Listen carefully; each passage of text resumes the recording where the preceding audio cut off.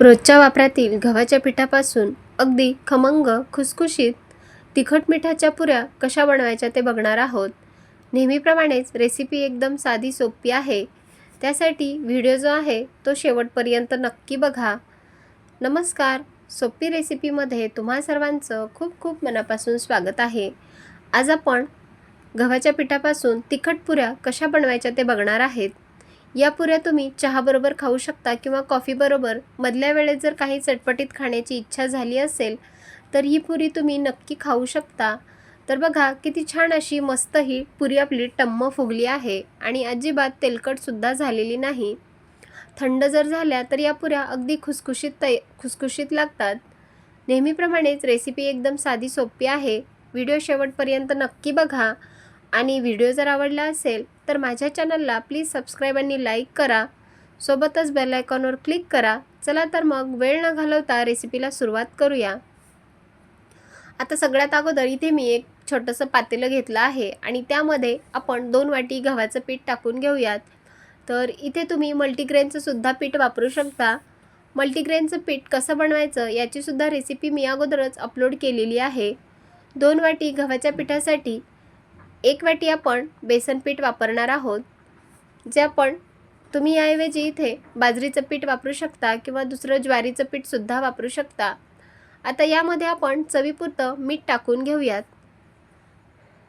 2 वाटी गव्हाच्या पिठासाठी 1 वाटी बेसन पीठ हे अगदी योग्य प्रमाण आहे. आता यामध्ये एक छोटा चमचा आपण ओवा टाकणार आहेत. ओवा जो आहे तो थोडासा आपण हातावरती क्रश करून घेऊयात. ओव्यामुळे पुरीला खूप छान अशी चव येते. आता यामध्ये आपण थोडासा कांदा लसूण मसाला वापरणार आहेत. तुमच्या मसाला डब्यामध्ये जो मसाला अवेलेबल आहे ना तो सुद्धा तुम्ही इथे वापरू शकता. त्यामुळे पुरीला आपल्या खूप छान अशी टेस्ट येते. 1 चमचा आपण इथे भाजलेल्या जिऱ्यांची पूड टाकणार आहोत. सोबतच आपण इथे 1 चमचाभर अख्खे जिरे सुद्धा टाकणार आहोत. 1 चमचा धनेपूड टाकायची आहे. 1 चमचा पांढरे तीळ टाकलेले आहेत. जर तुमच्याकडे पांढरे तीळ नसतील तर काळे तीळ टाकू शकता किंवा दोन्ही नसेल तर काही हरकत नाही. आता इथे मी अर्धा चमचा लाल तिखट टाकणार आहे. लाल तिखट जे आहे ना ते तुम्ही तुमच्या आवडीनुसार कमी जास्त करू शकता आणि जर लहान मुले खात असतील तर थोडंसं तिखट कमी टाकलं तरी काही हरकत नाही किंवा इथे तुम्ही हिरवी मिरचीचा ठेचासुद्धा टाकू शकता. आता यामध्ये 1 मोठा चमचा आपण रिफाइंड तेल टाकणार आहेत. म्हणजे आपण जे भाजीसाठी रेग्युलर तेल वापरतो ना अगदी तेच तेलाचा वापर करायचा आहे. तर आता तेल टाकलं की सुरुवातीला यामध्ये पाणी न टाकता सर्व सुके जिन्नस तेलामध्ये छान असे मिक्स करून घेऊयात. यामुळे जी पुरी आहे ना आपली अगदी खुसखुशीत व्हायला मदत होते आणि अजिबात तेलकट होणार नाही. आता इथे मी बेसन पिठाचा वापर केला आहे. जर तुमच्याकडे रवा असेल तर तुम्ही रवाचा सुद्धा वापर करू शकता. आता यामध्ये मी थोडंसं पाणी टाकून घेतलं आणि पिठाचा आपल्याला घट्ट असा गोळा मळून घ्यायचा आहे. लक्षात असू द्या आपल्याला एकाच वेळी जास्त पाणी टाकायचं नाही. जर तुम्ही एकाच वेळी जास्त पाणी टाकलं तर पीठ आपलं पातळसुद्धा होऊ शकतं आणि आपल्याला थोडंसं सेमी घट्ट पीठ पाहिजे.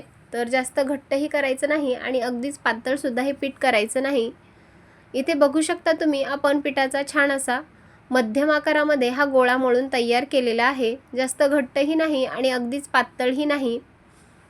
तर आता पीठ आपण छान असं मळून घेतलं तर बघू शकता तुम्ही आपल्या पिठाचं जे टेक्स्चर आहे. आता यावरती आपण एक झाकण ठेवूयात आणि कमीत कमी एक 10 मिनिट हे पीठ आता छान असं रेस्ट होऊ देऊयात. 10 मिनिट झालेले आहेत. पीठ आपलं छान असं रेस्ट झालेलं आहे. पीठ छान असं रेस्ट झालं की पुऱ्या या अगदी छान अशा खुसखुशीत होतात. त्यामुळे पीठ थोडंसं आपल्याला रेस्ट होऊ द्यायचं आहे. आता बघा पीठ रेस्ट झालं की परत एकदा पोळीपाटावर घेऊयात आणि थोडंसं आपण त्याला मऊ करून घेऊयात. आणि आता आपण याच्या पुऱ्या बनवणार आहे. तर त्यासाठी इथे मी अगदी छोटे छोटे बॉल बनवून घेणार आहे. तुम्ही हवं तर इथे एकदाच मोठी चपातीसुद्धा लाटून घेऊ शकता आणि एखाद्या गोल झाकण्याच्या मदतीने किंवा ग्लासच्या मदतीने छोट्या छोट्या आकारामध्ये पुऱ्या बनवून घेऊ शकता. इथे मी अगदी छोटे छोटे बॉल बनवून घेतले. तर एक बॉल मी बनवून घेतला. अशाच प्रकारे दुसरासुद्धा आपण पुरीसाठी हा गोळा तयार करून घेऊयात आणि आता लगेचच ही पुरी लाटून घेऊयात. तर इथे मी अगदी थोडंसं तेल लावलं. तुम्ही हवं तर कोरडं पीठसुद्धा लावू शकता. आणि आता ही पुरी आपल्याला लाटून घ्यायची आहे. तर पुरी लाटत असताना आपल्याला जास्त पातळ करायची नाही. जर तुम्ही पातळ केली तर ती जास्त कडक होईल आणि जास्त जाड ठेवली तर मध्ये ती तसेच कच्ची राहील. त्यामुळे अगदी मध्यम चपातीपेक्षा थोडीशी जाड आपल्याला ही पुरी लाटून घ्यायची आहे. इथे बघा आपण पुरी छान अशी गोल गरगरीत लाटून तयार केली. अशा प्रकारे आपण बाकीच्या पिठाच्या सुद्धा सर्व पुऱ्या लाटून घेतलेल्या आहेत. साधारण आपल्या इथे एक 10 ते 15 पुऱ्या लाटून तयार झाल्या आहेत. आता लगेचच आपण या पुऱ्या तळून घेऊयात. पुरी तळण्यासाठी मी गॅसवरती कढईमध्ये तेल गरम करण्यासाठी ठेवलं. तेल आपल्याला चांगलं कडकडीत तापवायला पाहिजे, कारण पुरी जर मध्यम आचेवर तळली तर ती जास्त व्यवस्थित टम्म फुगली जाणार नाही. त्यामुळे तेल छान असं कडकडीत तापवून घेतलं आणि आता बघा दोन्ही बाजूने उलटपुलट करत आपल्याला ही पुरी छान अशी बदामी रंगावर तळून घ्यायची आहे. चमच्याच्या मदतीने पुरीवरती थोडंसं तेल ढकलत राहायचं. त्यामुळे पुरी जी आहे ना ती टम्म फुगण्यास मदत होते. आणि बघा इथे तुम्ही आपली पुरी किती छान अशी टम्म फुगली आहे. आता दुसऱ्या बाजूने ही पुरी पलटवून घेऊयात आणि बदामी रंग येईपर्यंत छान अशी दोन्ही बाजूने एक 2 ते 3 मिनिट छान अशी तळून घेऊयात. इथे बघा दोन्ही बाजूने सुद्धा पुरीला छान असा रंग आलेला आहे. आता ही पुरी आपण झाऱ्यामध्ये काढून घेऊयात आणि अशाच प्रकारे दुसरी सुद्धा पुरी तळून घेऊयात. तर बघा इथे मी दुसरी सुद्धा पुरी तुम्हाला लगेचच तळून दाखवणार आहे.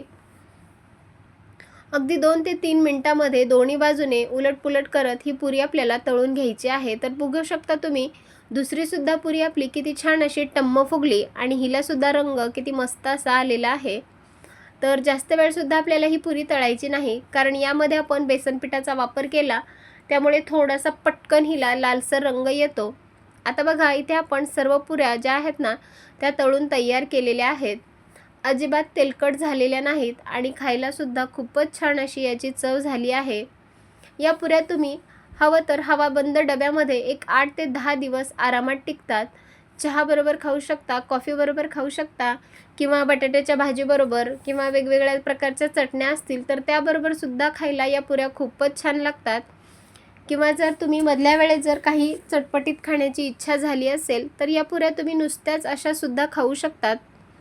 बनवायला एकदम साधी सोपी पद्धत आहे. त्यामुळे तुम्ही सुद्धा एक वेळेस अशा या पुऱ्या नक्की करून बघा आणि रेसिपी कशी वाटली मला नक्की कमेंट करून सांगा. व्हिडिओ जर आवडला असेल तर जास्तीत जास्त लोकांपर्यंत शेअर करा. चला तर मग पुन्हा भेटूयात अशाच एका खमंग रेसिपीसोबत. तोपर्यंत धन्यवाद आणि मस्त रहा, स्वस्त रहा आणि चांगलं चांगलं खात रहा.